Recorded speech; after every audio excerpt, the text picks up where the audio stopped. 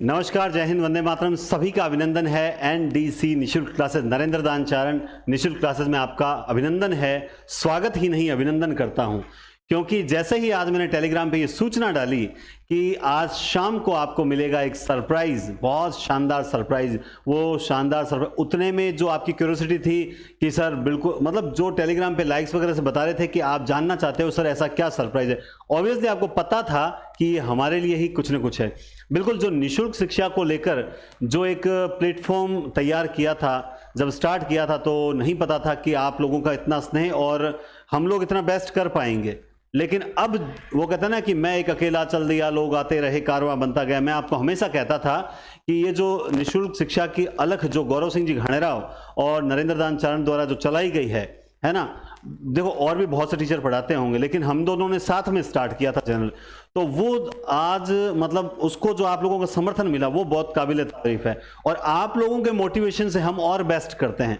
तो जब आप बोलते थे कि सर इंग्लिश का कोई टीचर अच्छा नहीं है क्या, सर जीके का नहीं है क्या, सर मैथ का नहीं है क्या, सर संस्कृत का नहीं है क्या, तो धीरे धीरे यूं मान लीजिए कि स्टार्टिंग में तो सबको लगा कि ये ऐसे ही 2-4 दिन महीने भर प्रैक्टिस करके बैठ जाएंगे। लेकिन जब हम लगे रहे 3 साल, 365 इंटू 3 करके देख लीजिए, लगातार दिन रात, बारिश गर्मी सर्दी मौसम हर में लगे रहे, तो कुछ ऐसे मतलब थे जिनकी सोच हमसे मिलती जुलती है। उन्होंने चाहा कि इस निशुल्क शिक्षा की जो अलग है उसमें हम अपना भी योगदान दें और इनके साथ हम भी जुड़ें और कुछ सर बेस्ट करें।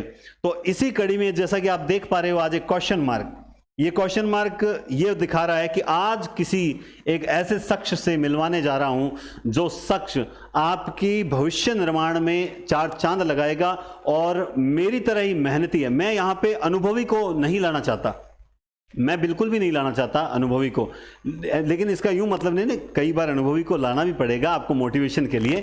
मेरी बात को समझे, अदर वे में ना मतलब मैं ये चाहता हूं कि जो मेरी तरह हार्डवर्किंग कर सके। मैं नहीं बोलता हार्डवर्किंग का, आप ही बोलते हो कि सर आप बहुत मेहनत करते हो, रात को 2-2:30 बजे स्टेटस लगता है कि आपके लिए पेपर तैयार हो गया वगैरह। तो मैं चाहता था कि मेरे लिए मेरी तरह से कोई हार्डवर्क करे अगर, तो निश्चित रूप से मैं उसे अपने इस प्लेटफॉर्म पे जो है अभिनंदन के साथ बुलाऊं। अभी हिंदी साहित्य की जो assistant professor, net set second grade, first grade school, इनको लेकर मैंने जो फरवरी में एक मुहिम स्टार्ट की थी कि मैं आपको हिंदी साहित्य, काव्य शास्त्र, हिंदी व्याकरण का पूरा निःशुल्क कोर्स करवाऊंगा। शिक्षा, मनोविज्ञान और शिक्षण विधियां, पूरा कोर्स करवाऊंगा आपको। कहीं पर किसी भी ऑफलाइन कोचिंग में या ऑनलाइन कोचिंग में आपको पेड कोर्स से भी बेस्ट पढ़ाने का मैं प्रयास करूंगा। और उस प्रयास में मैं कहां तक सफल हुआ आप जानते हैं। अब तक अपन 60 क्लासेस कर चुके हैं। आज रात को या फिर आज तो हो सकता है लेट हो जाए, तो कल 60वीं क्लास आने वाली है। 60 क्लास यानी मैंने 2 महीने तक आपको क्लासेस दी है और उससे हजारों अभ्यर्थी लाभान्वित हुए हैं। लेकिन एक कमेंट लगातार आ रहा था कि सर असिस्टेंट प्रोफेसर की इस बार बहुत बड़ी वैकेंसी सुनने में आ रही है और इस वैकेंसी में सर जो फर्स्ट पेपर है हिंदी साहित्य के इतिहास को लेकर, जो सेकंड पेपर है जिसमें आपके किताबें, बुक्स, उपन्यास, निबंध वगैरह लगे हैं, वो ये तो आप करवा दोगे। लेकिन सर एक पेपर और भी है जिसका नाम है थर्ड पेपर और जिसका पूरा नाम है राजस्थान सामान्य अध्ययन, यानी ओवरऑल राजस्थान सामान्य अध्ययन के 100 क्वेश्चन और बहुत मतलब एक अहम पेपर। तो सर ये आप करवा दो। सर असिस्टेंट प्रोफेसर को स्पेशली यूट्यूब पर कोई भी निःशुल्क नहीं करवा रहा है और सर हम जरूरतमंद हैं, हम सर पेड नहीं कर पाते हैं। सर आपकी तरह कोई टीचर लाओ जो पूरा पॉइंट टू पॉइंट लेकर चले और हमें पूरा सिलेबस कवर करवा दें, क्योंकि बड़ा सिलेबस है सर, आप अभी से लगोगे तो ही हमारा पूरा हो पाएगा। तो एक बार कमेंट आया, 2 बार आया, बहुत से अभ्यर्थियों को जब कमेंट आया तो निश्चित रूप से मैं काफी समय से तलाश कर रहा था कि कोई एक मुझसे भी शानदार मिले जिससे मैं ये कह सकूं कि भाई अब ये जिम्मेदारी आपको सौंपता हूं। तो यूं मान लीजिए 2010 में जब मैं तैयारी करता था, तैयारी स्टार्ट की थी, तब मुझे जो गुरु मिले जिनसे मैंने सीखा कि नोट्स कैसे तैयार किए जाते हैं, माइंड में कैसे सेट किया जाता है, उसके बाद 2023 आ चुका है, 13 साल लग गए मुझे ऐसा ही कोई टीचर जो मुझे कन्विंस कर पाए कि वास्तव में जीके जो है ऐसे पढ़ा जाता है। तो उसमें कंटिन्यूटी के मामले में बात करूं तो गौरव सिंह जी घाणेराव ने मुझे बहुत ज्यादा इंप्रेस किया था, इसमें कोई संदेह नहीं है। इसलिए नहीं कि वो मेरे मित्र हैं, बल्कि मैं उनकी नियमितता की हमेशा तारीफ करता हूं, ठीक है। और जो जिस तरह से कंटेंट, ट्रिक्स वगैरह बताते हैं, हम दोनों का अंदाज लगभग सेम है। लेकिन एक मुझे चाहिए था कि जो पूरा राजस्थान सामान्य अध्ययन कवर करवा पाए, जिसमें इकोनॉमिक्स का पार्ट, पॉलिटी पार्ट, ये बहुत कठिन पार्ट होते हैं। ये बच्चे से घबराते हैं, जैसे हम आर्ट्स वाले साइंस मैथ से घबराते हैं, तो उसको लेकर वो घबराहट भी दूर हो जाए और ये बताए कि भैया ये प्रश्न छपेगा एग्जाम में, इस तरह से कॉन्फिडेंस के साथ पढ़ाए तो यकीनन आनंद आ जाए। तो आज आपकी बेसब्री दूर करने के लिए यही क्वेश्चन मार्क है, आप देख सकते हैं। तो आज मैं आपको ऐसे शख्स से मिलवाने जा रहा हूं जो अब ज्यादा समय नहीं लूंगा, अब वही अपना परिचय देंगे, लेकिन उनके बारे में एक चीज जरूर बताऊंगा, लेकिन वो पहले आपको परिचित करवाता हूं, आपकी क्यूरियोसिटी बढ़ रही होगी। तो एक बार वीडियो को शानदार लाइक्स कर दीजिए, क्योंकि ये लाइक्स मेरे लिए नहीं, ये आप लोगों के लिए लाइक्स है। तो स्वागत है आप मैडम ऋचा मैडम का। तो ये आप हैं ऋचा मैडम, ठीक है। और ऋचा मैडम का परिचय मैं थोड़ा सा आपको दे दूं, फिर मैडम बताएंगे। आपने 2000, जैसे होता है कि सर ये हमें पढ़ा रहे हैं, सर ये क्या पोस्ट पे हैं वगैरह, मैं आपको इनकी खूबी बता दूं। 2016, 2018 और 2022 तीनों आरएएस वैकेंसी में जो है मेंस को फेस करके इंटरव्यू तक पहुंचने वाले कैंडिडेट हैं, और लगातार 4-5 सालों से आरएएस कैंडिडेट को स्पेशल बैच पढ़ाते हैं। पर्सनली आरएएस की तैयारी करने वालों को, सेलेक्टेड स्टूडेंट्स को पढ़ाते हैं। एसआई में भी इस बार इनके जो बच्चे हैं इंटरव्यू तक गए, और अपने पीटीआई सेकंड ग्रेड है उसमें भी रिजल्ट दिया, इसी तरह कंप्यूटर अनुदेशक में भी रिजल्ट दिया। बहुत सेलेक्टेड गिनती के बच्चों को पढ़ाते थे, लेकिन रिजल्ट हर बार बेस्ट रहता था। परसेंटेज में देखें तो निश्चित रूप से इनका रिजल्ट बहुत शानदार रहा बीकानेर में। और इसी तरह से आपसे मतलब परिचय हुआ, और जब आपके पढ़ाने की स्किल्स के बारे में देखा, आपने सिलेबस जिस तरह से मेरे सामने डिस्कस किया कि सर इस सिलेबस को इस तरह पढ़ाना चाहिए, तब मुझे लगा कि मैं उसी वक्त रोक दिया मैडम को। मैंने कहा यही चीज आपको ऑनलाइन उनको बतानी है जो आपसे पढ़ना चाहते हैं। तो अब मैं आपसे चाहूंगा कि पहले अपने बारे में बताएं और फिर आप जो है सिलेबस के बारे में विश्लेषण करें। देखो, किसी आदमी के 3 परिचय होते हैं। नाम से परिचय सर ने मेरा करा दिया है, स्वरूप परिचय में मैं आपके सामने खड़ी हूँ, और मेरे दिमाग का परिचय तब हो जाएगा जब आप मुझसे पढ़ेंगे। और मैं उम्मीद करती हूँ कि आप सर के माध्यम से मुझसे जुड़े हैं, तो आप इस प्लेटफॉर्म पर मुझसे पढ़ेंगे। तो नाम परिचय में मेरा नाम ऋचा है, और मैं लगातार राजस्थान सिविल सेवा परीक्षा में अपीयर हुई हूँ, इंटरव्यू तक गई हूँ। और इस परीक्षा के लिए मुझे सर ने इसीलिए अप्रोच किया कि एक, मैंने लगातार एग्ज़ाम दिए हैं और निकाले हैं, और दूसरा कि मेरे इंटरव्यू का भी रहा है। तो अगर आप इस परीक्षा के 3rd paper, 1st paper, 2nd paper तीनों स्टेज निकाल ले, तो आप इंटरव्यू को कैसे कर पाएँ, उसका भी मैं आपको अच्छा गाइडेंस दे पाऊंगी सर के माध्यम से। तो अब ज़्यादा आपका समय नहीं लेते हुए मैं आपको सही बात और एक अच्छी रणनीति के तहत आपको इस पूरे प्रोग्राम में आगे बढ़ाती हूँ, जिसका आज का हमारा शीर्षक है पाठ्यक्रम विश्लेषण। जैसे कि सर ने अभी बताया था कि जब भी उन्होंने अपने गुरु से बहुत सीखा है, तो मैंने भी किसी न किसी लोगों से पढ़ा है, मेरे भी गुरु रहे हैं। तो मैंने अपने गुरु से ये सीखा कि आप जब भी तैयारी करें, तो ऐसी तैयारी में आप हमेशा क्या सोचते हैं, आप सबसे पहले या तो यूट्यूब पर टॉपिक सर्च करेंगे, या आप कहीं किसी शहर में रह रहे हैं तो आप किसी कोचिंग में जाएंगे, और कोचिंग में जाकर आप सिंपल क्या करते हैं, जाके पूछ लेते हैं कि भाई किसका लग रहा है, अच्छा राजस्थान जगह जी के पूरा लग रहा है, तो ठीक है हम बैठ जाते हैं पढ़ते हैं। आप कभी भी माइन्यूटली ये देखते ही नहीं है कि जिस भी परीक्षा का आप फॉर्म भर रहे हैं, मान लो आप असिस्टेंट प्रोफेसर का भर रहे हैं, उस पोस्ट का सिलेबस आपसे क्या डिमांड करता है। और जब तक आप अब सिलेबस को नहीं देखोगे ना, तब तक आप समझोगे ही नहीं कि जिस पोस्ट के लिए आप जा रहे हो उस पोस्ट का सिलेबस आपसे क्या डिमांड कर रहा है। तो इसीलिए आज की पहली क्लास एक सुधार के साथ जो सब छोड़ देते हैं कि सिलेबस क्या है। तो बेसिकली हम आज पढ़ेंगे कि सिलेबस क्या है, कैसे डिज़ाइन किया गया है, कैसे सिलेबस से आपको हेल्प मिल सकती है आगे बढ़ने में, ये सारी चीज़ें आज हम इसमें पढ़ेंगे। तो बेसिकली कुछ नहीं है,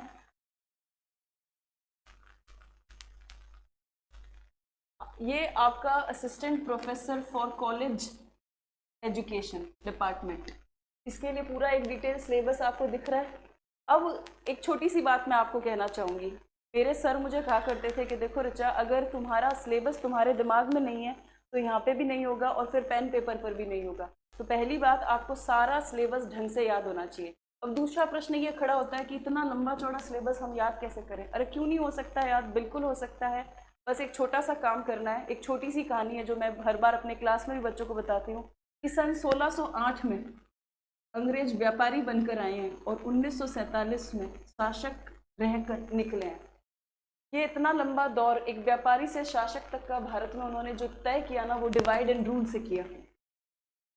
तो मैं जब भी पढ़ाती हूँ तो मैं ये हमेशा एक बात करती हूँ कि आप भी डिवाइड एंड रूल को अपनाएं और आगे बढ़े। तो डिवाइड एंड रूल पॉलिसी के तहत इस पूरे सिलेबस को हमने 5 भागों में बांटा है। पहला ए सेक्शन है जो कि आप देख पा रहे हैं, राजस्थान का इतिहास, कला, संस्कृति, साहित्य और विरासत है। अब ये कोई नया नहीं है। आप अगर फर्स्ट ग्रेड की तैयारी कर रहे होते, अगर आप सेकंड ग्रेड की तैयारी भी कर रहे होते, अगर आप थर्ड ग्रेड की कर रहे हैं, एसआई की कर रहे हैं, आरएस की कर रहे हैं, जितनी भी मर्जी परीक्षाओं की आप तैयारी कर रहे हैं, उस दौरान आपको ये सेक्शन देखने को मिलता है। तो फिर फ़र्क क्या है? तो मैं आपको बताती हूँ कि जिस पद पर आप जा रहे हैं वो हाईएस्ट पेइंग जॉब है राजस्थान की, जिसकी पद की गरिमा बहुत है। तो ऐसा तो नहीं है कि वो बस डाल दिया और आप तैयारी करके जा रहे हैं, बिल्कुल नहीं है। तो ये जो पूरा का पूरा सेक्शन है, इसमें अलग जो है बाकी सबसे, जैसे आरएस के एग्जाम में एक डिटेल दी जाती है कि आप पर्टिकुलरली ये पढ़ के आएंगे, बिल्कुल वैसे ही यहाँ किया गया है। जैसे मैं आपको एग्जाम्पल के तौर पर बताऊँ, प्रमुख राजवंश, बेसिकली कोई भी परीक्षा होती है उसमें लिख दिया जाता है सिर्फ के प्रमुख राजवंश, लेकिन यहाँ स्पेशली डिफाइन किया गया है आप सन 1000 से 1800 ईस्वी के बीच के सभी प्रमुख राजवंश और उनकी सांस्कृतिक उपलब्धियाँ। और ऐसा मुझे क्वेश्चन याद है 2022 में उन्होंने पूछा भी है कि मानसिंह फर्स्ट के संरक्षण में कौन सा कवि था। तो ये आपको कनेक्ट करता है, समझ आई। दूसरी इंपॉर्टेंट बात मैं ये कह रही हूँ आपको कि ये सिलेबस बहुत लंबा चौड़ा है, बिल्कुल एक बहुत बड़े खरबूजे की तरह है। आप ऐसा समझिए इस बड़े से खरबूजे को आपको कट करना है और कट कर कर आपको इस पूरे के पूरे सिलेबस को मुझसे पढ़कर समझना है। आई बात समझ में? कई बार बच्चे क्या होते हैं, इस थर्ड पेपर को देखकर ही डर जाते हैं। जब मैंने पिछली बार एसोसिएट प्रोफेसर पढ़ाया था, तो यही असिस्टेंट प्रोफेसर पढ़ाया था, सॉरी, तो यही दिक्कत हुई थी कि यही बार बार शिकायत स्टूडेंट की आ रही थी कि मैडम इतना बड़ा सिलेबस है, हम कैसे करेंगे। तो आप चिंता मत करें, डरे ना, डर लगना स्वाभाविक है, लेकिन जब मैं आपके साथ रहूँगी और सर आपके साथ रहेंगे तब हम नहीं डरेंगे। हम इस पूरे के पूरे सेक्शन को डिवाइड करेंगे 5 भागों में और डिवाइड कर कर हम रूल कर जाएंगे एग्जाम पर। तो पहला ए सेक्शन आपको समझाया। ए सेक्शन बहुत लेंदी है, पर पिछली बार परीक्षा में प्रश्न भी सिर्फ 19 ही पूछे गए थे। तो परीक्षा का जो लेंदी स्वरूप है, आप यहाँ से देखकर डरे मत, आप गाइडेंस लीजिए। कैसे गाइडेंस लीजिए? फॉर एग्जाम्पल, एक छोटा सा एग्जाम्पल आपको बताया जा रहा है मेरी द्वारा कि अभी आप देखते हैं न्यूज़पेपर में, आप रोज पढ़ते हो राजस्थान युवा समिति द्वारा या राजस्थान की कोई भी समिति द्वारा राजस्थानी लैंग्वेज को आगे लाने के लिए, उसको संवैधानिक मान्यता दिलाने के लिए बहुत सारे आंदोलन चल रहे हैं। और आप अपने सिलेबस को बहुत गौर से देखेंगे अगर, तो ये पूरा का पूरा सेक्शन राजस्थानी भाषा से संबंधित है। और अभी थर्ड ग्रेड का एग्जाम हुआ था, जाकर पेपर देखना, उसके अंदर जो साहित्य का क्वेश्चन था, राजस्थानी भाषा का क्वेश्चन था, वो राजस्थानी लैंग्वेज में पूछा गया। अगर हम अपनी भाषा को पेपर में उसी रूप में नहीं पूछेंगे तो क्यों गवर्नमेंट हमको मान्यता देगी? तो आपको ये अप्रोच फॉलो करते हुए आगे बढ़ना है। तो सिंपल ए में आपको समझ में आ गया कि ए पार्ट के अंदर हिस्ट्री, कल्चर और लिटरेचर और हेरिटेज है। अब हेरिटेज का आपको छोटा सा एग्जाम्पल बताऊं। लोग हेरिटेज को पढ़ते हैं, अरे हेरिटेज को पढ़ने की अप्रोच अलग है। आप अपने शहर में रह रहे हैं, आप हेरिटेज को देख पा रहे हैं, बस आप देख लीजिए किस जगह पर कौन सा हेरिटेज ज़्यादा इंपॉर्टेंट है, उसी के अप्रोच के साथ एग्जामिनर क्वेश्चन पुट कर देता है, आप सही करके आ जाते हैं।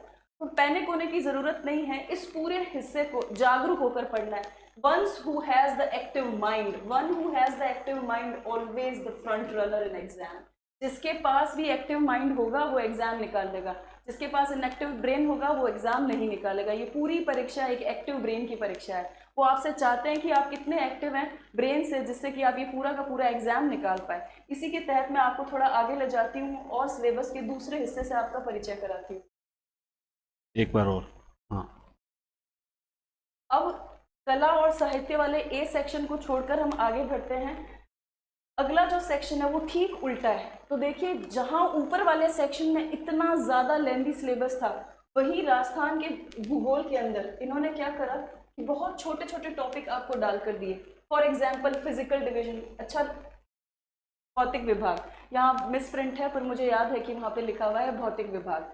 तो भौतिक विभाग है, नदियाँ हैं, झीलें हैं, सिंपल वही जनसंख्या, वही जैव विविधता, वही उद्योग, वही खनिज। हाँ, लेकिन कुछ चीज़ें ऐसी है जो बाकी सिलेबस से अलग है। और वो कौन सी चीज़ें हैं? सूखा काल है, मरुस्थलीकरण है, पर्यावरणीय समस्या है, आपदा प्रबंधन और महामारी। अभी हम महामारी से निकले भी हैं, कोविड से हम जस्ट आउट हुए हैं। तो आप पिछला जब मैं पढ़ा रही थी तब सब लोग यही बार बार पूछते थे कि मैम इस सेक्शन से क्या क्वेश्चन आएगा। तब मैंने उस वक्त भी बोला था कि देखो, जो भी हिस्सा नया ऐड होता है उससे हमेशा क्वेश्चन आता है, और वो क्वेश्चन ऐसा होता है जो कम लोग ठीक कर पाते हैं। क्योंकि ये एक कंपटीशन है, और कंपटीशन में हमेशा जहां आप कमज़ोर पड़ जाएंगे वहां दूसरे लोग अगर आपसे आगे निकल गए तो आप कंपटीशन से आउट हो जाएंगे। तो सिंपल पिछले बार भी यही किया था कि सूखा और अकाल से एक ऐसा क्वेश्चन पूछा गया जो बहुत कम लोग सही कर पाए। तो अगर इस सेक्शन को गौर से देखें तो इसका लेंथ कम है कंपेरेटिवली ए सेक्शन से, लेकिन क्वेश्चन पूछने का जो तरीका है वो उससे अलग है और ज़्यादा भी है। इससे पिछली बार 20 क्वेश्चन आए थे। और वो 20 क्वेश्चन ऐसे थे कि अगर आपकी अप्रोच वैसी नहीं है तो नहीं होगी आपसे।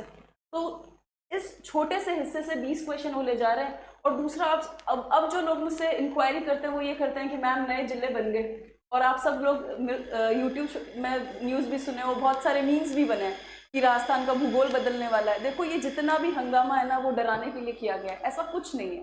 टेक इट ईजी, इसको ईजी वे में ले, बहुत आसान सी बात है, बहुत आसान सी बात है। मैं आपको एक छोटा सा एग्जाम्पल बताती हूँ जो आपके सिलेबस में भी लगता है और हो सकता है कि इस साल का मेजर क्वेश्चन बने। और वो क्या है, आपको एक सिंपल से फॉर्मेट में मैं आपको समझाती हूँ। हम सभी थार पढ़ते हैं राजस्थान में, दोबारा हम सभी राजस्थान में पढ़ते हैं थार डेजर्ट। हाँ, वो लिखो, वापस लिखो, अरे वापस लिखो। थार डेजर्ट के अंदर 2 डिवीजन है।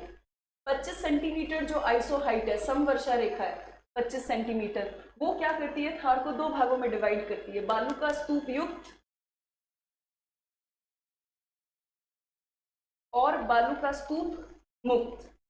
अब देखना, डरने की बिल्कुल भी जरूरत नहीं है। अगर मैं आपको उस एक्टिव ब्रेन के साथ पढ़ाऊंगी ना, तो आपको बिल्कुल भी डरने का जरूरत नहीं है। अब बालू का स्तूप मुक्त क्षेत्र में आप हमेशा से घोट घोट कर बैठे हो कि एक ट्रायंगल बनता है। इस जगह पर आपके पास पोखरण है, इस जगह पर आपके पास बालोतरा है और इस जगह पर फलोदी है। अब गौर से देखना इस हिस्से को, पहले हमें पेन लेना पड़ता था और हम याद करते थे पोखरण जैसलमेर में, बालोतरा बाड़मेर में, फलोदी जोधपुर में। अब गवर्नमेंट ने हमारी प्रॉब्लम ही सॉल्व कर दी, तो ये तो हमारे फेवर का काम हुआ, हमें कहाँ डरने की जरूरत है। अब हम बिंदास बोलेंगे कि बालोतरा, पोखरण और फलोदी, हमारा काम कम किया है। तो ये कहाँ से आपके लिए तकलीफ दे रहे हैं, कोई तकलीफ दे नहीं है, ये बिल्कुल भी तकलीफ दे नहीं है। तो आप इस डर से भी मत डरें कि खनिज में बहुत कुछ बदल जाएगा या फिजिकल डिवीजन में बहुत कुछ बदल जाएगा, ऐसा कुछ नहीं होने वाला। बेसिकली जो गवर्नमेंट ने किया है वो बहुत सोच समझ के किया है, उससे सिलेबस इतना ज़्यादा अफेक्ट नहीं होगा, तो हमें उस चीज़ से भी नहीं घबराना है। फिर अपन आगे चलते हैं। अब जब हम आगे जा रहे हैं, अगला जो सेक्शन आपको देखने को मिलता है सी सेक्शन।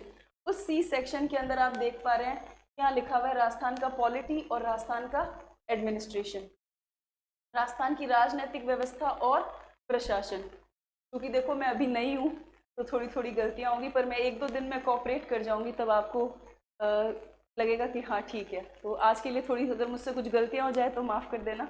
तो राजस्थान की सी सेक्शन में आप देख पा रहे हैं राजस्थान की राजनीतिक और प्रशासनिक व्यवस्था। एक बात मैं आपको बहुत क्लियर कर देना चाह रही हूँ, जो 2021 का पेपर था उससे और जो अब होने वाला है और जो भूतपूर्व में 2016 में हुआ है, तो जो 2014 की वैकेंसी, आप ये देखिए कि 2016 से 2021 आया, 4 साल का गैप बहुत होता है कंपटीशन में बदलाव के लिए, और वो बदलाव आप 16 से 21 के पेपर में भी देख सकते हैं। जल्दी मैं आपको सर के माध्यम से बताऊंगी कि पेपर के पैटर्न कैसे कैसे बदलें और आगे जब पेपर होगा तब हमें क्या और सावधानियां रखने की ज़रूरत है। तो आप ये देखें कि धीरे धीरे शिफ्टिंग हो रही है। सिलेक्शन डिसाइड करने वाला जो सेक्शन है वो सी है, राजस्थान की राजनीतिक और प्रशासनिक व्यवस्था। देखने में ये बहुत आसान लगता है कि हाँ ठीक है, राज्यपाल ही तो लगा रखा है, मुख्यमंत्री तो है, मंत्री परिषद ही तो है, आरपीएससी तो है, चुनाव आयोग ही तो है। ये देखने में आसान है, लेकिन जिस हिसाब से क्वेश्चन पुटअप किए जा रहे हैं वो बिल्कुल अलग है। उसके लिए एक अलग तरीके की अप्रोच, एक अलग तरीके की सोच की आपको आवश्यकता है, जो आप मेरे माध्यम से आप ले सकते हैं, इस एनडीसी क्लासेस के माध्यम से आप ले सकते हैं, वो भी निःशुल्क। फिर अपन आगे बढ़ते हैं, अगला सेक्शन कवर करते हैं। अगला जो सेक्शन है डी सेक्शन। डी सेक्शन में सबसे जिससे डर लगता है, और वो डर किसका है, राजस्थान की इकोनॉमिक्स का।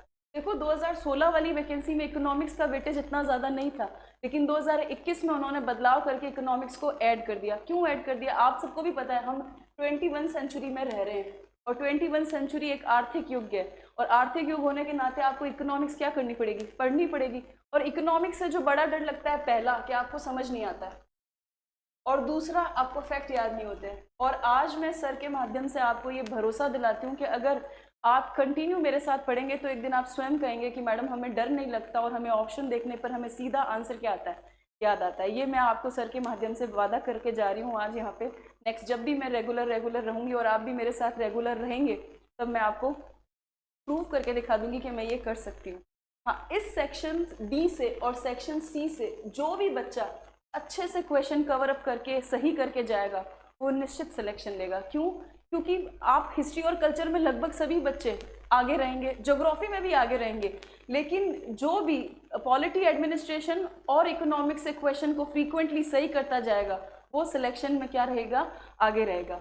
अब बात कर लेते हैं थोड़ी सी इकोनॉमिक्स की। कुछ नहीं है, बहुत सिंपल बेसिक इकोनॉमिक्स है जो हम राजस्थान के इकोनॉमिक सर्वे से ही पढ़ेंगे, उसके वही डाटा पढ़ेंगे जो एग्जामिनर पूछ सकता है। अभी आपको बताया भी जाएगा कि एग्जामिनर क्या पूछ रहा है क्या नहीं पूछ रहा है, तो घबराने की बिल्कुल भी ज़रूरत नहीं है। सिंपल सी चीज़ें हैं। राजस्थान की अर्थव्यवस्था की विशेषता लगा रखी है, उनके बहुत सारे अर्थव्यवस्था के सेक्टर है, उनमें से कुछ सेक्टर्स को डिटेल में दे रखा है, जैसे कृषि को दे रखा है, पशुधन को दे रखा है, औद्योगिक दृष्टिकोण को दे रखा है, सेवा क्षेत्र को दे रखा है, बहुत सारी योजनाओं को दे रखा है, हस्तशिल्प को दे रखा है, निर्यात को दे रखा है। तो अगर आप सिलेबस के डिज़ाइन को ढंग से समझे तो वो बहुत बेसिक है। आप ज्योग्राफी पढ़ें, आप पॉलिटी पढ़ें, आप क्या पढ़ें, इकोनॉमिक्स पढ़े, आप हिस्ट्री कल्चर ये सब पढ़े। आज मैं आपको एक छोटी सी बात बताती हूँ, शायद आपने कभी कहीं सुनी ना होगी। मेरे सर मुझे कहा करते थे कि जिस भी बच्चे का ज्योग्राफी अच्छा, उसका इकोनॉमिक्स ऑटोमेटिकली बढ़िया, जिसका इकोनॉमिक्स बढ़िया उसकी हिस्ट्री और कल्चर भी अच्छी, और जिसकी हिस्ट्री और कल्चर अच्छा उसका पॉलिटी और एडमिनिस्ट्रेशन शानदार। यही बड़े फैक्टर्स आपके सिलेबस में ऐड किए गए। आप खुद सोचे, अगर भारत का जो ज्योग्राफिकल लोकेशन है वो इतना रिच नहीं होता तो क्यों अंग्रेज आते, और क्यों उससे पहले सिकंदर आए, यूनानी आए, क्यों इस लोकेशन पे इतने लोग आए। उसने पूरे भारत को हमेशा चर्चा का विषय विश्व में बनाया या नहीं बनाया। तो वही कारण रहा कि आपके पूरे सिलेबस में geography, economic, history and culture, polity और एडमिनिस्ट्रेशन को ऐड किया गया है। क्योंकि एज ए असिस्टेंट प्रोफेसर वो आपसे डिमांड करते हैं कि आप राजस्थान के इन्हीं 4 पिलर्स को बहुत अच्छे से समझें। अब आगे बढ़ते हैं। ये सारे के सारे 4 पिलर्स को उन्होंने कंबाइंड कर दिया है करंट अफेयर से। अब ये एक और दिक्कत भरा काम, दुनिया भर के बच्चे चाहे वो भारत में या राजस्थान में कहीं भी तैयारी करें, उनका एक सरदर्द होता है करंट अफेयर्स। मतलब मैं कई बार खुद भी तैयारी कर रही हूँ, खुद भी आज भी बहुत पढ़ती हूँ, तो मैं रोज़ देखती हूँ इतना उलझ जाते हैं कि हम ये मैगजीन लाए 1 महीने की, क्या दिक्कत है। आप रोज़ एक न्यूज़पेपर में 4 न्यूज़ ही ऐसी होती है जो बेसिकली एग्जामिनर के लिए क्वेश्चन का काम करती है, बाकी तो सारी काम की नहीं होती। क्या आप 4 न्यूज़ भी पढ़ के याद नहीं रख सकते? कितना आसान काम है। हाँ, अगर आपके पास समय नहीं है तो हम आपको प्रोवाइड करवाएंगे। इस मंच के माध्यम से हम आपको बताएंगे कि एक दिन का कितना न्यूज़ काम का है, एक दिन की 2-3, इससे ज़्यादा कभी नहीं हुई है। और दूसरा, आप सरकार में एंट्री ले रहे हैं तो आपको सरकार का पब्लिकेशन पढ़ना चाहिए। सरकार खुद न्यूज़पेपर निकाल रही है, राजस्थान सूजस ई बुलेटिन, उसके माध्यम से पढ़े। मैं खुद पढ़ती हूँ, उसमें एक दिन की कभी 2 या कभी 3 ही न्यूज़ ऐसी होती है जो क्वेश्चन पुट कर सकती है। कि आप एक दिन के अंदर 2 न्यूज़ याद नहीं कर सकते? 30 दिन की कितनी हुए? 60 ही तो फैक्ट हुए। उन 60 फैक्ट में से भी हम कट कर देंगे, आपको वो क्रूशल फैक्ट देंगे जो एग्जामिनर उठाएगा, आपसे पूछेगा।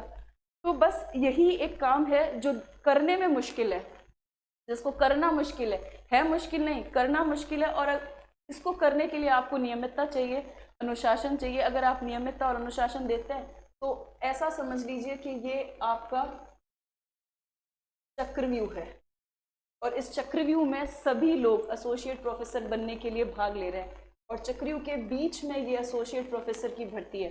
तो मेरी बात याद रखिएगा, द्रोणाचार्य के साथ जब सभी शिष्य वन में चिड़िया की आंख को भेदने के लिए लगे थे तो सिर्फ अर्जुन भेद पाया था। क्यों?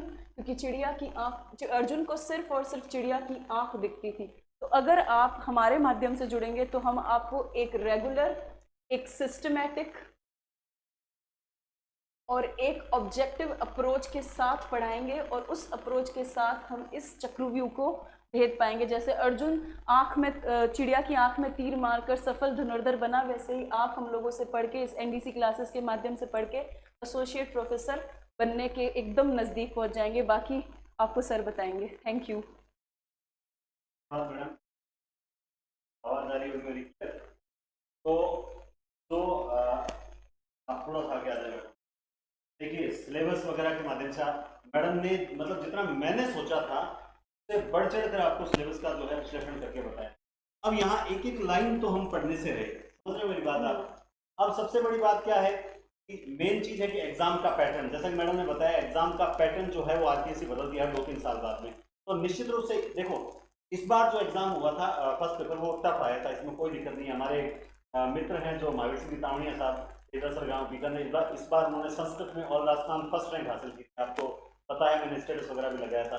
तो उनसे भी जब मेरी चर्चा होती है, एक दिन मैं आपसे परिचित में करवाऊंगा उनको, तो वो भी एक बात बोलते हैं कि सर ये जो थर्ड पेपर है ये जो थर्ड पेपर है इसको आप ढंग से कर देना, क्योंकि सब्जेक्ट में तो सारे सब्जेक्ट टीचर ही बैठेंगे और वो सब सब्जेक्ट में महारत ही होंगे, तो ये पेपर अपने आप में बहुत अहम रोल अदा करता है। तो इसको सीरियसली थोड़ा सा लीजिए। तो वो हमें राय देते हैं। इसको देखते हुए मैं जीके जैसे ग्रेड थर्ड में तो ऑब्जेक्टिव मैंने भी करवा दिए, लेकिन ये अपने आप में टाइम मांगता है। और दूसरी चीज इन्होंने मैडम ने एक बात बोली कि मैं आज भी पढ़ती रहती हूँ। मैं हमेशा क्या बोलता हूँ साहित्य क्लास में कि आपकी क्लास लेने से पहले मैं कम से कम 2 से 3 घंटे खुद अध्ययन करता हूँ कि क्या पढ़ाना चाहिए, क्या जरूरी है, क्या नहीं, ये सारी चीजें पढ़ते हैं।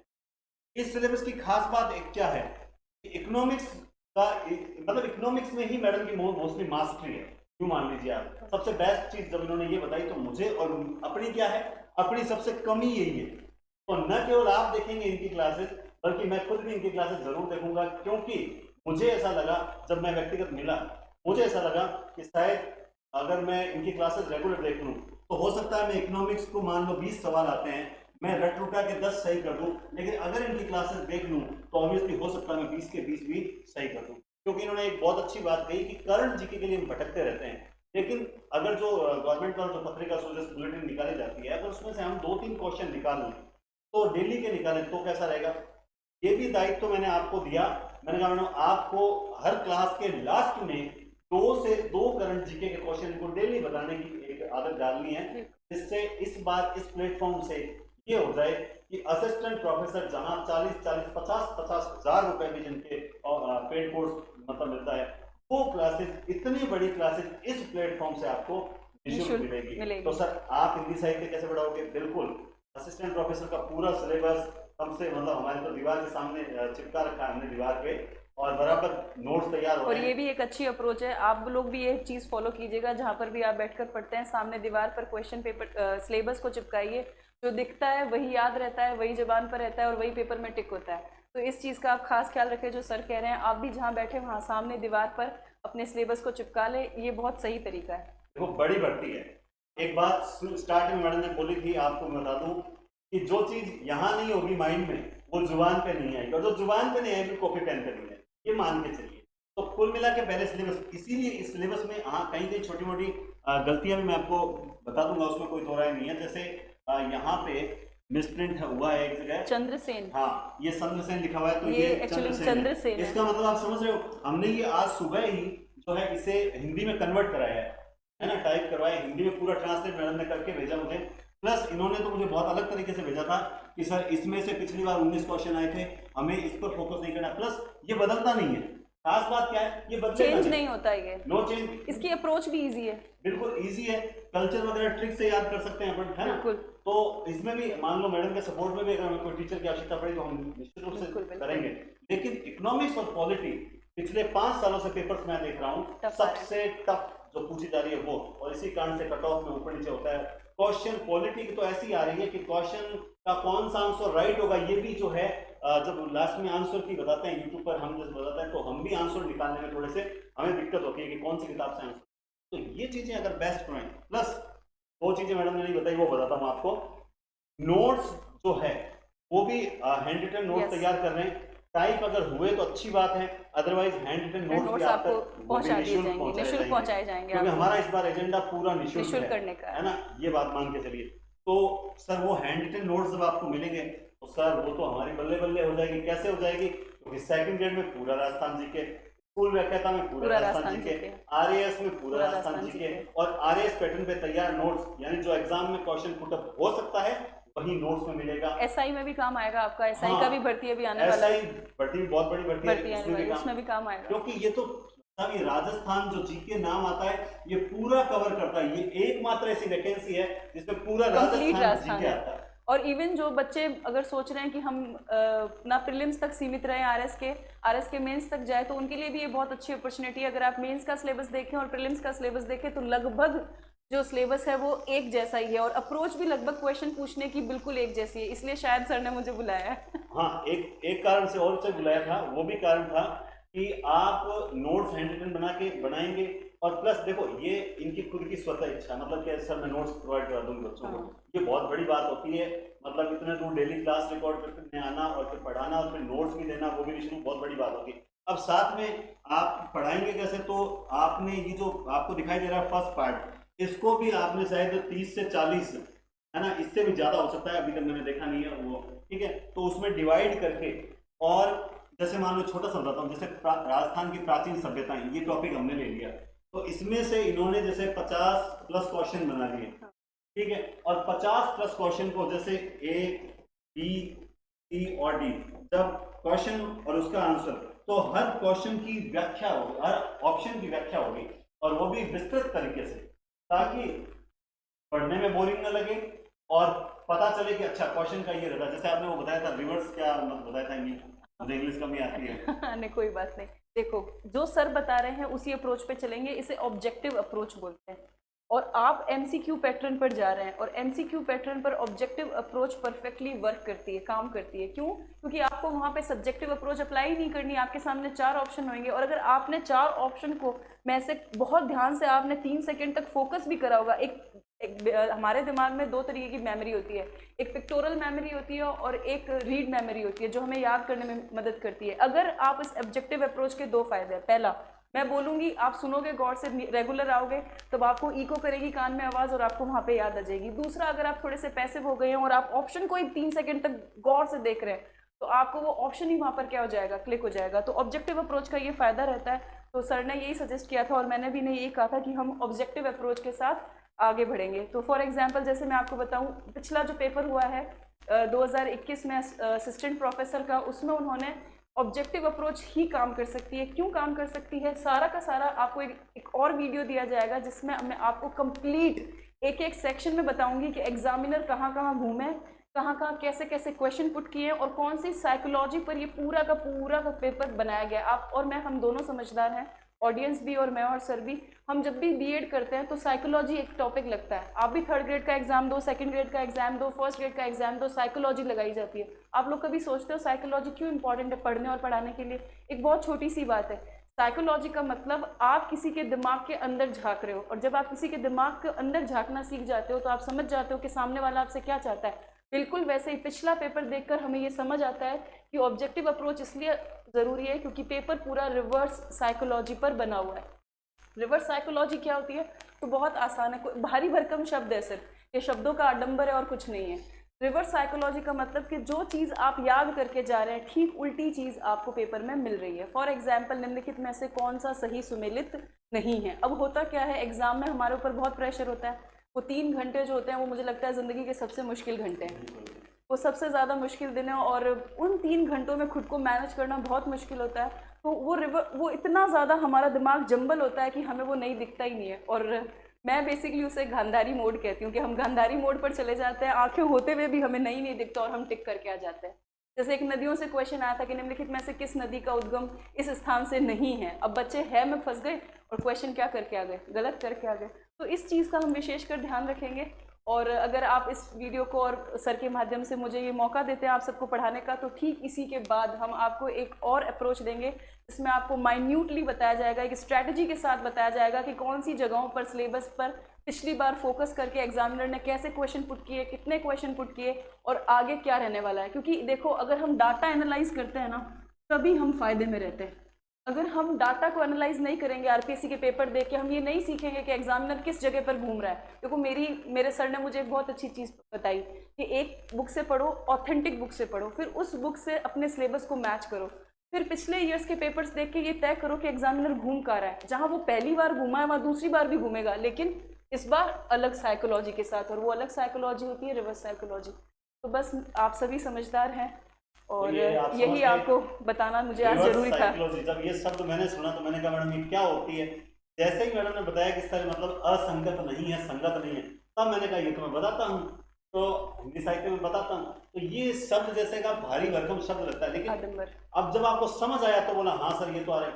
आजकल देखो एक चीज बता दूं, जब ये पूछा जाता है कि संगत नहीं है, तो ये फिर भी टफ नहीं है। मैं आपको रियल बता दूं, संगत नहीं है ये फिर भी टफ नहीं है, लेकिन आजकल क्वेश्चन क्या देखना है, असंगत नहीं है। हाँ, सही कह रहे हैं सर, अब बहुत गड़बड़ हो जाती है। मैं कहता हूँ 3 सेकंड, मैडम ने बोला 3 मिनट लग जाएंगे कि पूछ क्या रहा है, पूछ क्या रहा है। असंगत नहीं है मतलब यूं सोचो कि संगत नहीं है ये पूछ रहा है, या असंगत मतलब यूं करके माइंड वो फिर टाइम गलत हो आंसर जाता क्यों है, होता गलत है? आंसर, फिर आप बहुत परेशान हो जाते हैं। और एग्जामिनेशन हॉल की अपनी एक कहानी होती है, छोटी सी है, जो मैं आपको सुना देती हूँ। आप जब एग्जामिनेशन हॉल में एंट्री करते हो, आप 100% कॉन्फिडेंस के साथ होते हो, लेकिन जैसे ही एंट्री करते हो, सीट पर बैठते हो, अब 1 घंटा पहले बुलाया जा रहा है, आपको बहुत स्पेशल फील कराया जाता है, आप 1 घंटा वहाँ बैठते हो, उस 1 घंटा के दौरान आप शांत नहीं रहते, आप आसपास के लोगों से बात करते हो, तब आप अपने कॉन्फिडेंस को 10% वही कम कर लेते हो। पास बैठा व्यक्ति कहता है मैंने तो उससे पढ़ा है, मैंने इससे पढ़ा है, मैंने इतनी बार रिविजन करा है, तो आप लो फील करने लग जाते हो। 10% आपने वहाँ काट दिया, अब आपके पास 90% कॉम्पिटिशन है, 90% आपके पास 90% आपके पास कॉन्फिडेंस है। अब उस 90% कॉन्फिडेंस के साथ जब आप पेपर खोलते हो, अगर पहले 20 प्रश्न ऐसे खुल गए जिनमें आपको कॉन्फिडेंस नहीं आ रहा है, आपका वो 90% डिक्लाइन होकर 40% पे आ जाता है। अब आप 40% कॉन्फिडेंस के साथ अगले पेपर को जा रहे हो, तो आपका कॉन्फिडेंस वैसे ही लूज है, और पहले 40% में आपने देख लिया कि आपको पेपर नहीं आ रहा है। अब यहाँ से शरीर में कुछ हार्मोन्स होते हैं ना, 3F हार्मोन होते हैं, फ्लाइट फियर वाले, जो वो काम करना शुरू करते हैं, और आपको जो सही आ रहा होता है उसको भी गलत कर देते हैं। तो ये जब कंडीशन चलती है, तो वो हम कई बार देखते हैं कि बहुत अच्छे पढ़ने वाले बच्चे भी क्या आ जाता है, नेगेटिव रिजल्ट में आ जाता है। तो इससे बचने का बहुत सिंपल तरीका है कि अगर पहले 20 क्वेश्चन पढ़ने में नहीं आ रहा है, तो कॉन्फिडेंस ना लूज करें, आगे बढ़े। सिलेक्शन उसी का होता है। देखो, कभी गौर किया करो, कट ऑफ कभी 60% या 65% से ऊपर जा ही नहीं रही है। क्यों नहीं जा रही है? क्योंकि एग्जामिनेशन हॉल की सिंपल कहानी है, अगर आपने प्रश्न का पहला पन्ना पढ़ा, पेपर का पहले 20 प्रश्न पढ़े, अगर आपने कॉन्फिडेंस ले लिया, तो 25% आपकी याददाश्त बढ़ेगी, आपको बूस्टअप मिलेगा।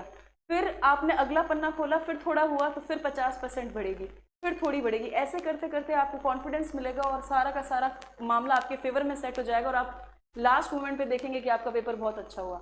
लेकिन यही अगर उल्टा पड़ गया, जो मैंने पहले बताया, तो आपका रिजल्ट नेगेटिव आएगा। तो ये सब चीज़ों का भी ध्यान रखना होता है। सिर्फ पढ़ना नहीं है ये, अगर सिर्फ पढ़ना होता तो सभी लोग पढ़ रहे हैं, सभी पास हो जाते, सभी का सिलेक्शन होता। तो ये बहुत एक अपने आप में एक साइंस है, जिसको हम साइंटिफिक तरीके से, रेगुलरिटी से, साइंस का मतलब ये होता है कि आप किसी सब्जेक्ट को, किसी विषय को क्रमबद्ध तरीके से पढ़ें। तो हम भी एकदम सीरीज में पढ़ेंगे, रेगुलरली पढ़ेंगे, अनुशासन से पढ़ेंगे, और सर के माध्यम से मैं आपसे वादा करती हूँ यहाँ पे कि अगर आप मुझे पसंद करते हैं या मुझसे पढ़ना चाहते हैं इस विषय को, एसोसिएट प्रोफेसर की भर्ती को, तो मैं रेगुलरली जितना जज्बा सर में है उतना ही दिखाऊंगी, और आपको निःशुल्क, आपको hand printed notes, objective approach और रेगुलर क्लासेस देखने को मिलेगी। Thank you. देखो, एक चीज मान के चलो, ये जो आप तैयारी करने जा रहे हो, ये तैयारी कोई मामूली तैयारी नहीं है, असिस्टेंट प्रोफेसर की तैयारी है। और असिस्टेंट प्रोफेसर के लिए मुझे एक ऐसे ही टीचर की आवश्यकता थी जो निश्चित रूप से इस पूरे सिलेबस को जो है वो क्रमबद्ध तरीके से आपको करवा सके। अब रही बात सर क्रमबद्ध तरीके से, प्लस आप देखिए पॉलिटी पिछले 4-5 सालों को देखिए आप, पॉलिटी है, इकोनॉमिक्स है, इनके बहुत टफ क्वेश्चन आते हैं, ठीक है, सेकंड ग्रेड में भी टफ क्वेश्चन आते हैं, स्कूल व्याख्याता में भी टफ क्वेश्चन आते हैं। तो निश्चित रूप से सर हम उसमें एक हाई स्कोर कर सकें, तो उसके लिए हमें क्या करना चाहिए? तो उसके लिए मैंने सीधी सी आपको एक बात बता दी कि आपको हमें देनी होगी नियमितता। नियमितता नहीं दोगे तो कुछ भी हासिल नहीं कर पाओगे, ये मैं आपसे पहले क्लियर कर दूं। जो नियमितता आप हिंदी साहित्य क्लासेस में देते हो वही देनी पड़ेगी।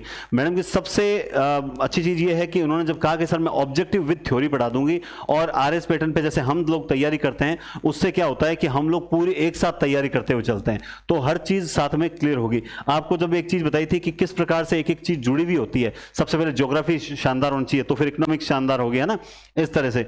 अब रही बात कि जैसे जो गृहस्थ महिलाएं हैं वो बाहर नहीं जा सकते, जिस पेड कोर्स के लिए मतलब 40 से 50 हज़ार रुपए लग जाते हैं, हिंदी साहित्य की पूरी निःशुल्क क्लासेस चल रही है। और बहुत जल्द जो साहित्य के जो विस्तृत टॉपिक हैं, असिस्टेंट प्रोफेसर वो भी स्टार्ट करेंगे विज्ञप्ति के आने के तुरंत बाद में, क्योंकि अपना साहित्य तो चल ही रहा है, ठीक है। अभी अपन सिर्फ स्कूल के व्याख्याता और सेकंड ग्रेड को लेकर ही चलेंगे, लेकिन उसके बाद असिस्टेंट प्रोफेसर हिंदी को लेकर भी विशेष रूप से जो एक्स्ट्रा सेकंड पेपर है उसकी क्लासेस भी रिकॉर्ड करेंगे। लेकिन ये पेपर याद रखें, जो मैंने बताया भी कि मेरे मित्र जो हैं महावीर प्रसाद जी तावड़िया साहब, जो अभी संस्कृत में ऑल राजस्थान फर्स्ट रैंकर हैं असिस्टेंट प्रोफेसर में इस पिछली भर्ती में, उन्होंने भी मुझसे यही जब डिस्कस हुआ तो यही बोला कि सर ये जो पेपर है, इस पेपर में सबसे अहम है, क्योंकि सब्जेक्ट के टीचर सारे बैठेंगे, obviously second grade first grade लगे हुए टीचर हैं, सब्जेक्ट में उनकी सबकी कमांड है, मतलब 75% से प्लस उसकी कमांड होती है। तो सिलेक्शन के लिए सर उसमें तो क्या होता है, जैसे मान लो 300 क्वेश्चन होते हैं, तो आप मान के चलिए सर उसमें तो लगभग यूँ मान लीजिए कि सभी जो हैं वो 250 के आसपास ही रहने हैं, कोई 2 नीचे कोई ऊपर, मतलब औसत यही रहेगी। लेकिन ये जो 100 क्वेश्चन है, अगर इसमें से आप लोग अगर 90 के आसपास पहुंच जाते हो, तो निश्चित रूप से आप औरों से कम 10 से 15 क्वेश्चन की लीड लेते हो हो, और यही लीड आपको आगे इंटरव्यू फेस करवाती है। इसमें लीड ले रखी होती है तो निश्चित रूप से सिलेक्शन होता है और जबरदस्त तरीके से सिलेक्शन होता है। आपको क्या करना है, आपको सिर्फ और सिर्फ नियमितता रखनी है। अगर आप नियमित नहीं रहोगे तो गड़बड़ होगी। जो नियमितता आप हिंदी साहित्य क्लासेस में रखते हो वही नियमितता, अनुशासन प्रिय हो, सभी पढ़ना चाहते हो, सभी सिलेक्शन चाहते हो, लेकिन एक मन में थे कि सर ये तृतीय पेपर हमें पूरा कौन करवाएगा, क्या करवाएगा, ये लीजिए पूरा भी करवाया जाएगा, निःशुल्क करवाया जाएगा, रिटर्न नोट्स दिए जाएंगे। नोट्स आपके, आप इसकी तैयारी करोगे तो आप सेकंड ग्रेड फर्स्ट ग्रेड की तैयारी भी आपके फर्स्ट पेपर के साथ साथ शुरू हो जाएगी। इसके अलावा एक चीज़ और बता देता हूं, जिनके नेट नहीं हो रखी वो कहेंगे सर हम नेट अभी आप जून वाली दे सकते हो, उसके बाद दिसंबर में एक नेट फिर आएगी, हो सकता है तब तक एक सेट और आ जाए, तो आपके पास मौका है, इस भर्ती को न जाने दें क्योंकि बहुत बड़ी पोस्ट आने वाली है। दूसरा, जिनके नेट में एमएमई परसेंटेज कम है वो नेट दे ही नहीं सकते, उनको भी ये क्लासेस देनी चाहिए। क्यों? क्योंकि सेकंड ग्रेड फर्स्ट ग्रेड में इंपॉर्टेंट है, एसआई में इंपॉर्टेंट है, आरएएस में इंपॉर्टेंट है इंपॉर्टेंट, पटवारी, ग्राम सेवक, कांस्टेबल, किसी की भी तैयारी कर रहा है, घर में कोई छोटा भाई बहन जो बैठे हैं, जो मतलब 12th पास कर ग्रेजुएशन में आ गए, समय नष्ट ना करें, इन क्लासेस को पूरा देख के कम से कम राजस्थान जीके तो कवर करें, तो ये क्लासेस उनके लिए बेहतर साबित होगी, बेहतर नहीं बेहतरीन साबित होगी। और निश्चित रूप से मैं कब कहता हूं बेहतर, आप खुद देखें, स्टार्टिंग की 10 क्लास देखें, क्योंकि आप मुझसे तो जुड़ चुके हो मेंटली, है ना, तो मैं पढ़ाता हूं, मैं बोलता हूं, आपको समझ आता है, लेकिन जिस तरह से मैडम का कॉन्फिडेंस है आपको देख के लग गया होगा मुझसे ज्यादा हार्डवर्किंग है, निश्चित रूप से मुझसे ज्यादा हार्डवर्किंग है, क्योंकि इस प्लेटफॉर्म पे तो हार्डवर्किंग की ही जरूरत है। नॉर्मल लेजी जो हैं, आलसी हैं, उनकी तो जरूरत ही नहीं है, तो अपने तो हार्डवर्किंग, भाई मैं हार्डवर्किंग हूं तभी तो गौरव सिंह जी के चैनल पे हिंदी व्याकरण का कोर्स करवाया, और मैडम हार्डवर्किंग है तभी तो यहां पढ़ा रहे हैं। तो आपको भी हार्डवर्क करते हुए लगातार जुड़ना है, इससे आपके दोनों पेपर तैयार होंगे। अब आपको कहीं भटकने की जरूरत ही नहीं पड़ेगी, और एक नए अंदाज में, और एक एक चीज मैंने कहा ना, इस तरह से कवर करते हुए हम चलेंगे, पूरा सिलेबस जो है हम कवर करते हुए चलेंगे। अब आपको जो है, अगर आपको वास्तव में उत्साहवर्धन हुआ है और आपको अच्छा लगा कि चलो सर अब हिंदी जिस तरह बेस्ट हुई उसी तरह से हमारा राजस्थान जीके भी उंगलियों पे होगा, तो निश्चित रूप से इस वीडियो को लाइक करें, और मैडम का फर्स्ट वीडियो है उसको अप्रिशिएट करें, और थोड़ा सा ज़्यादा से ज़्यादा लाइक्स एंड शेयर करें, ताकि मैडम को भी लगे कि हाँ अभ्यर्थी जो है पढ़ना चाहते हैं। और इस परिवार, एनडीसी परिवार के अभ्यर्थी, अगर मैडम एनडीसी परिवार में अगर मतलब आते हैं तो निश्चित रूप से मैडम का अभिनंदन भी होना चाहिए, स्वागत नहीं। तो इस परिवार में अगर इस परिवार का एक हिस्सा, एक मुखिया, एक गार्जियन बन के आते हैं तो निश्चित रूप से आप सभी बच्चे हो और ये गार्जियन बन के आए हैं, तो निश्चित रूप से गार्जियन की बात माननी भी है और उनका अभिनंदन करना भी है। और कैसे करोगे? लाइक एंड शेयर करके। तो आज रात की 9 बजे वाली क्लास नहीं आएगी, कल आएगी। आज इस वीडियो को जितना ज़्यादा हो सकता है शेयर करें, जो युवा साथी हैं उनसे शेयर करें, मतलब आपके मतलब कमेंट से हमें पता लग जाएगा कि आप वास्तव में प्रसन्न हो कि चलो अब हम जीके बहुत बढ़िया तरीके से तैयार करेंगे। क्योंकि एक आईएएस मेंस फेस किया हुआ, आरएएस मेंस फेस किया हुआ स्टूडेंट है, इंटरव्यू फेस किया हुआ, उसे पता है कि अच्छा मेन फोकस कहाँ रहता है क्वेश्चन पुटअप का। जैसे इन्होंने बताया राजस्थानी बोलियों को लेकर, तो इतनी मेहनत अगर की है तो इस मेहनत का हल भी निकलेगा, है ना। तो उम्मीद करता हूँ आपको सबको आनंद आएगा क्लास में, और बहुत बढ़िया तैयारी होगी, और एक जुनून के साथ और एक मतलब जोश के साथ एक युद्ध स्तर पे हम तैयारी करेंगे। तो बहुत बहुत धन्यवाद, टेक केयर और शुभ दिन।